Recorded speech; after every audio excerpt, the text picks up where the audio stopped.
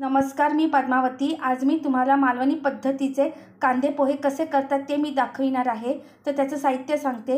इथे मी 2 वाटी पोहे 4 वेळा स्वच्छ पाण्याने धुवून घेतले।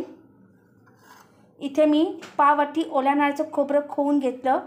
इथे मी अर्धा मध्यम कांदा बारीक चिरून घेतला। इथे मी 7-8 कढीपत्त्याची पाने घेतली आहे। इथे मी 2 हिरव्या मिरच्या बारीक चिरून घेतल्या आहेत। इथे मी कोथिंबीर बारीक चिरून घेतली आहे। इथे मी 3 चमचे साखर पोहे करताना घालणार आहे। इथे मी पाव चमचा मीठ घेतला आहे। इथे मी पाव चमचा मोहरी घेतली आहे आणि इथे मी पाव चमचा हळद पावडर घेतलेली आहे। तर कृतीला सुरुवात करूया आपण। तर इथे मी गॅसवर कढई गरम करत ठेवली होती, ती गरम झालेली आहे। आता मी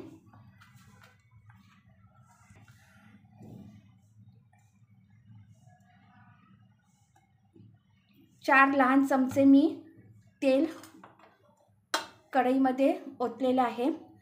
आता तेल थोडं गरम होऊ देऊया आपण। तेल गरम झालेलं आहे। आता मी पाव चमचा मोहरी घालत आहे।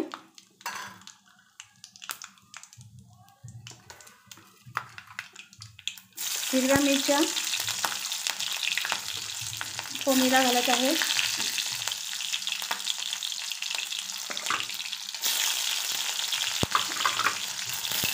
आता कढीपत्ता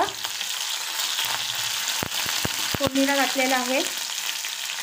आता कांदा फोडणीला घातलेला आहे।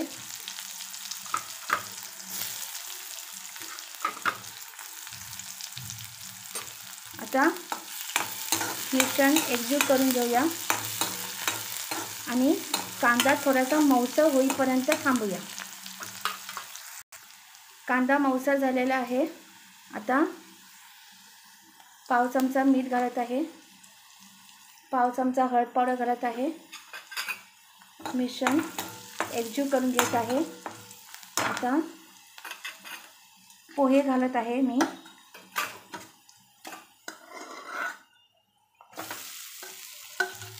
आणि आता पोहे एकजीव करून घेऊया आपण। असं मिश्रण छान असं एकजीव करून घेऊया आपण सगळं।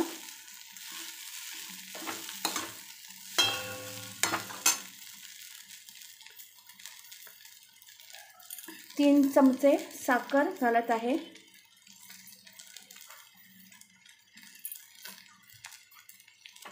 आता मिश्रण छान एकजीव करून घेते मी। तर मिश्रण छान एकजीव करून घेतलेलं आहे। आता 2 मिनिटं असं परततच राहायचं। असं 2 मिनिटभर असं छान परतत राहायचं पोहे।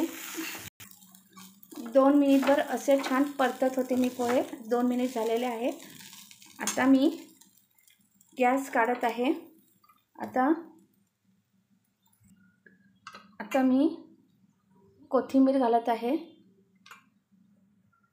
गॅस काढलेली आहे आणि आता मी अशी कोथिंबीर घालत आहे आणि मिश्रण एकजीव करून घेते आणि आता एका प्लेटमध्ये काढून घेते मी पोहे।